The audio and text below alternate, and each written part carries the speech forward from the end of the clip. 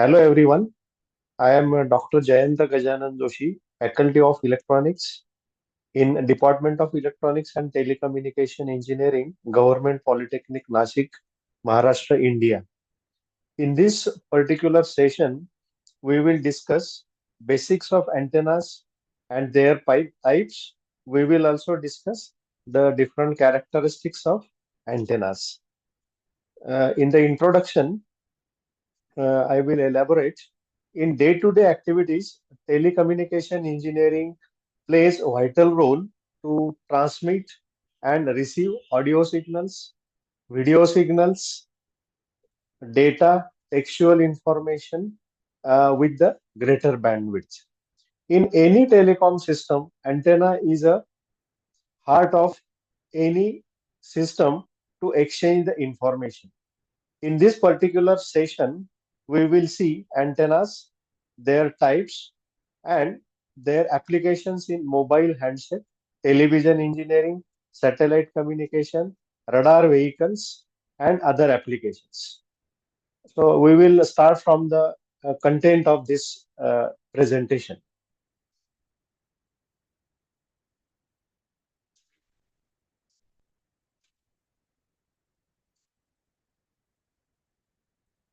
The contents of this presentation are definition of basic antenna, different characteristics and parameters of antenna, what are the requirements for antenna in communication systems, and we will focus on different types of antennas and their applications, and finally we will conclude the presentation. Basically, antenna is a metallic rod, or it is an antenna is a metal body that radiates the electromagnetic waves.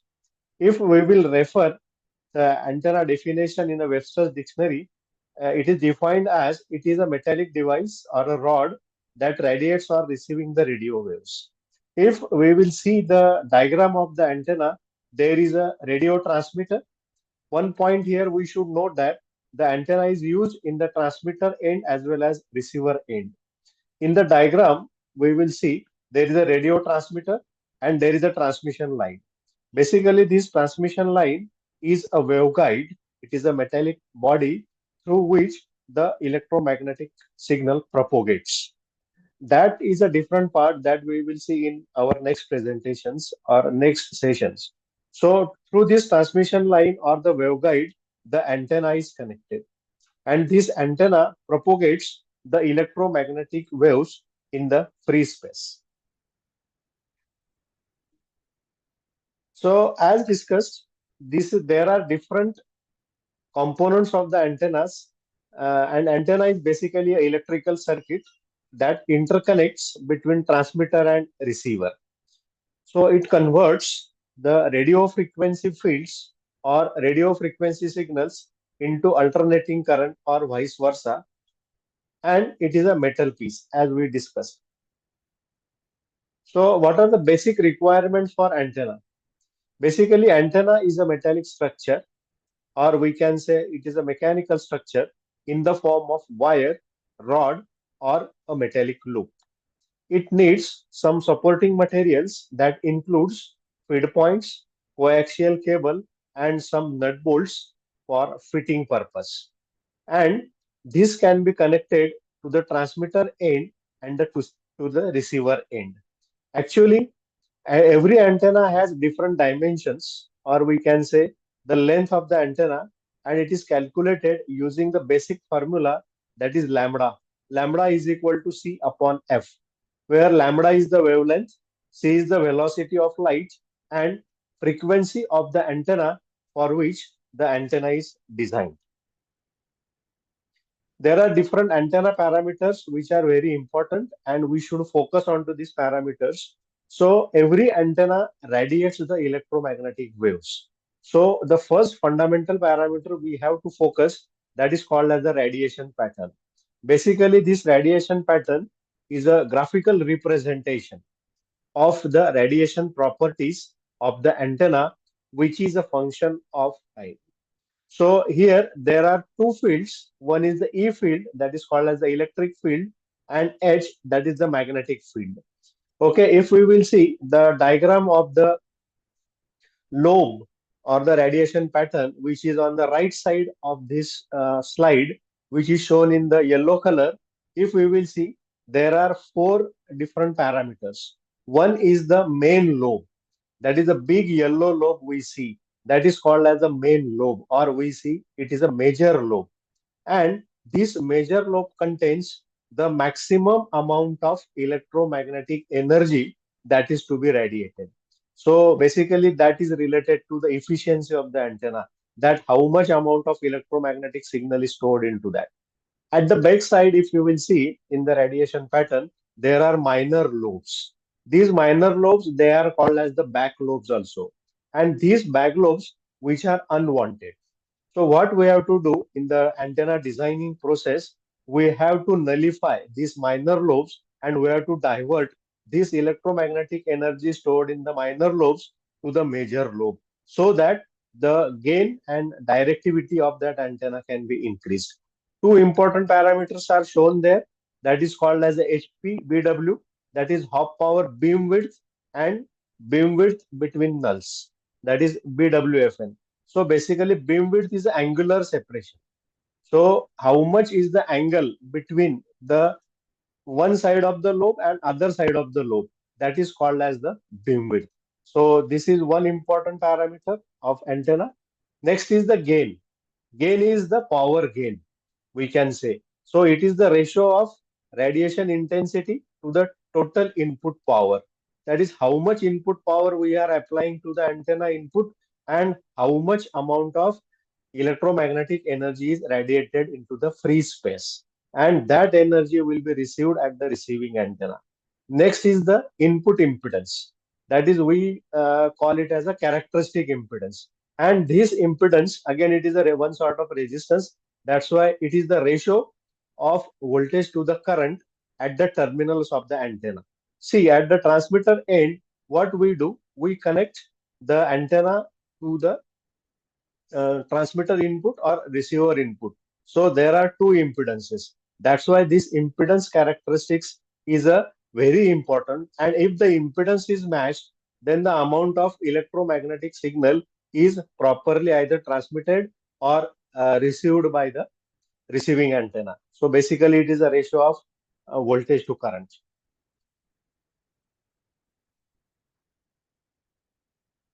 So this is about the input impedance. Next is the bandwidth, which is a very important parameter of the antenna.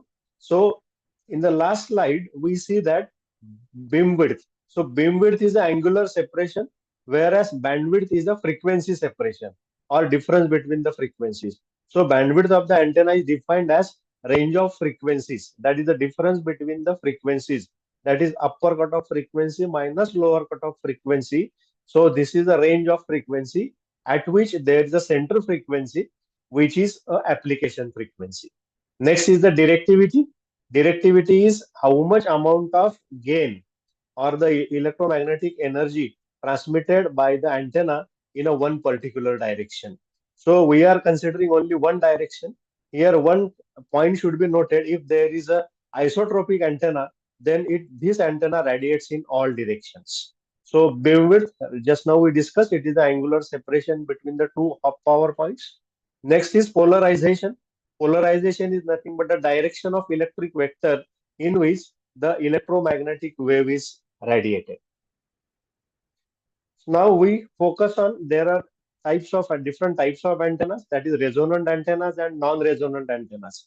In the resonant antennas, the length of the antenna or dimensions of the antenna is a quarter of wavelength or multiple thereof.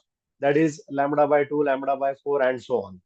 And in this case, the antenna has a resistive and reactance, and hence the maximum amount of current flows through the antenna. It is minimum, we can say. In the non-resonant antenna, the resonant frequency does not occur.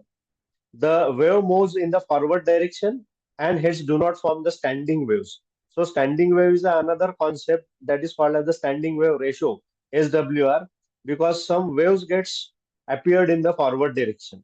So the radiation pattern of the radiating waves matches with the load impedance in the resonant antennas. So they are non-periodic in the nature.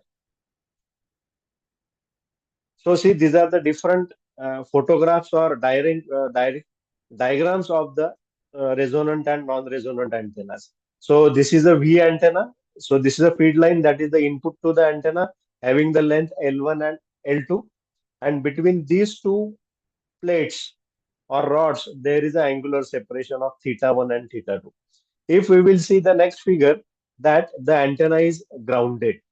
And if we will see the lobes, in one particular antenna, that is bottom right side, there are two lobes. Lobes means it is a basically a geometrical figure, or we can, it is a representation that contains the electromagnetic waves. If we will see at the extreme left side, the antenna has four lobes. Okay, so in this way, there are two types of resonant and non-resonant antennas. So these are the theoretical types of antennas: lock periodic antennas, bow tie antenna, lock periodic array, traveling wave antennas, helical antennas, Yagi-Uda antennas, wired antennas. That is a short dipole antenna. Di means two. So two rods are there. So dipole antenna, my monopole antenna. Here there is a single rod, that is called as the monopole antenna. Loop antenna. So there are different loops that we will see in the coming slides. Then microwave antennas, that is a rectangular microstrip antennas, and planar inverted antennas. We will dedicate two different sessions on microstrip patch antennas and wearable microstrip patch antennas. That will be a different part of the presentations. And next is the reflector antennas, which are corner reflector and parabolic reflectors. So we will focus on the resonant antenna, that is a dipole antenna. As discussed, di means two, and it is a folded dipole. If we will see the diagram, there are two poles. Okay, one is the half wave dipole, and next is the full wave dipole. Okay, so its length is lambda by 4. Okay, and it is a in the next second diagram we will see on the right side, it is a half of the wavelength, and hence it is called as a half wave folded dipole. Okay, so the rods are cylindrical closed rods, as we see in the old televisions, that is Yagi-Uda antenna. So see, these are the actual photographs of the dipole antennas, and it is a radiation pattern. As discussed in the previous slides, the radiation pattern is a figure of 8. So top view and side views are there, and two rods we see, which are volumetric rods. So this is about your dipole antenna. Next is Yagi-Uda antenna. It is again a resonant antenna.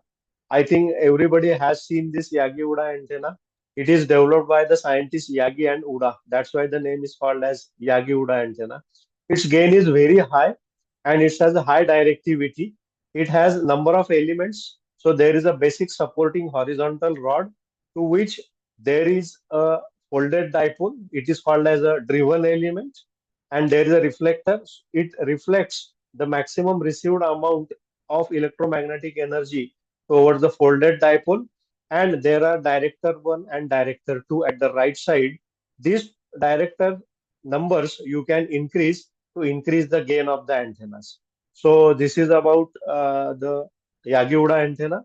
It is operating at the very high frequency and ultra high frequency, between 30 megahertz to 3 gigahertz. The gain is very high. It is approximately 7 dB. We will get the gain of this particular antenna.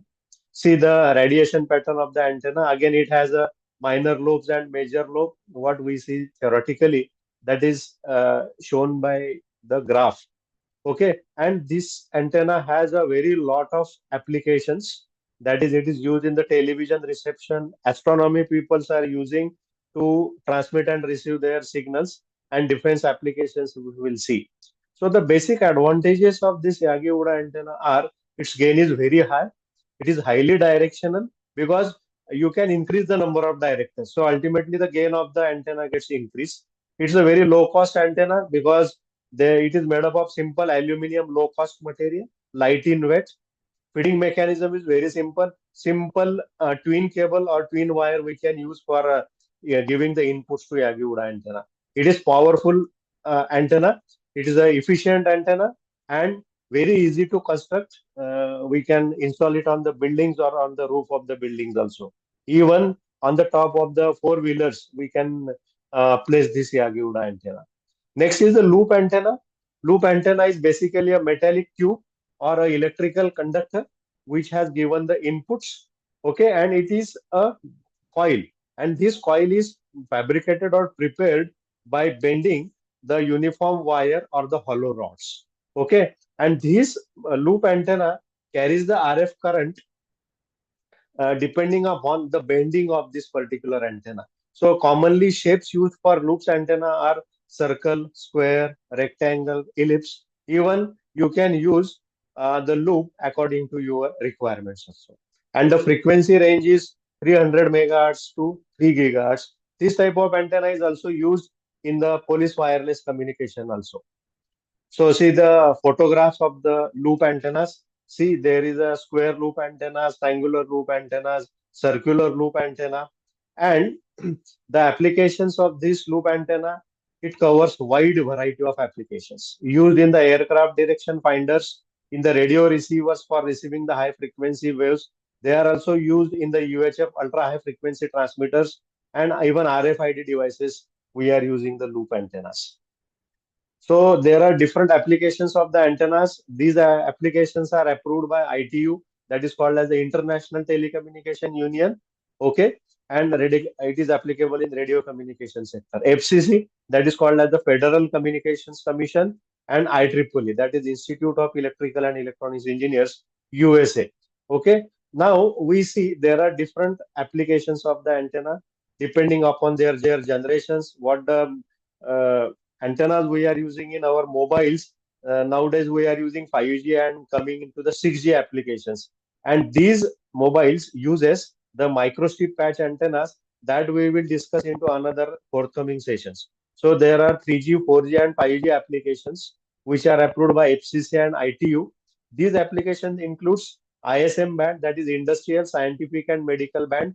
ISM band 2.45 gigahertz. It doesn't require any licensing either from the police department or any other defense personnel. Next is WLAN, wireless local area network, Wi-Fi, wireless fidelity, WiMAX. It is a 5 gigahertz band. People are working a lot in this particular band.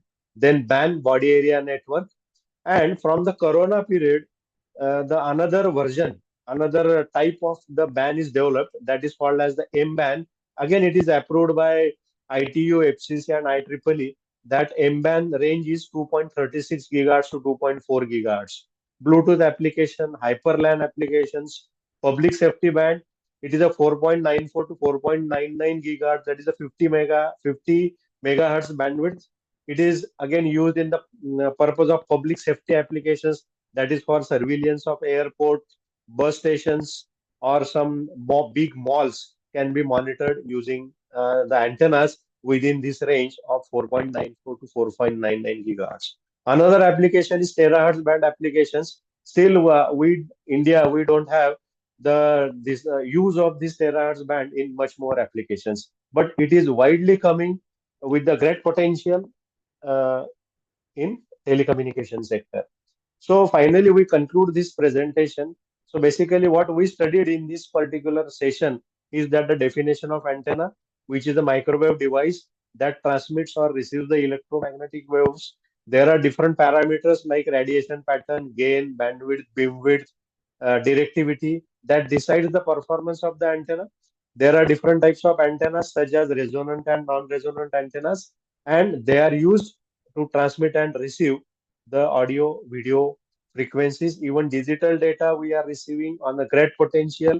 Even satellite signals can be transmitted. Even we are using this type of antennas in the sports also.